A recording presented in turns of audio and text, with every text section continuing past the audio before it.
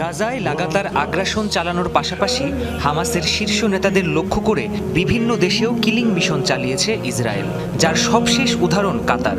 দেশটিতে তেল আবিবের বিমান হামলার অন্যতম প্রধান লক্ষ্য ছিল হামাসের শীর্ষ নেতা খলিল আল হায়া।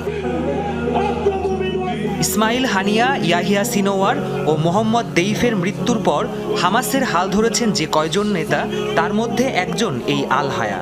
সাবেক হামাস প্রধান সিনোয়ারের মৃত্যুর পর স্বাধীনতাকামী সংগঠনটি পরিচালনার জন্য 5 সদস্যের একটি কাউন্সিল গঠন করা হয়েছিল, যার অন্যতম সদস্য তিনি। বর্তমানে হায়া হামাসের গাজা শাখার প্রধান। 1960 সালে গাজা উপত্যকায় জন্ম নেন খলিল। এরপর 1987 সালে হামাস প্রতিষ্ঠার পর থেকেই জড়িয়ে পড়েন সংগঠনটিতে। কূটনৈতিক ক্ষেত্রে বিশেষ গুরুত্বপূর্ণ হয়ে ওঠে হায়ার নেতৃত্ব।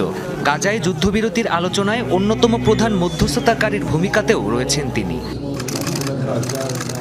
ইসরায়েলকে সহায়তাকারী যুক্তরাষ্ট্রসহ পশ্চিমা বিশ্বগুলোর সমালোচনায়ও বেশ সরব এই হামাস নেতা।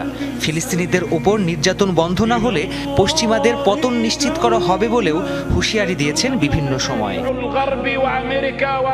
দোহার হামলায় নিজে প্রাণে বাঁচলেও ছেলে হুমামকে হারিয়েছেন এই শীর্ষ হামাস নেতা। 2014 সালেও দখলদার বাহিনীর হামলায় নিহত হয়েছিল তার আরেক ছেলে ওসামা, পুত্রবধূ ও 3 নাতি।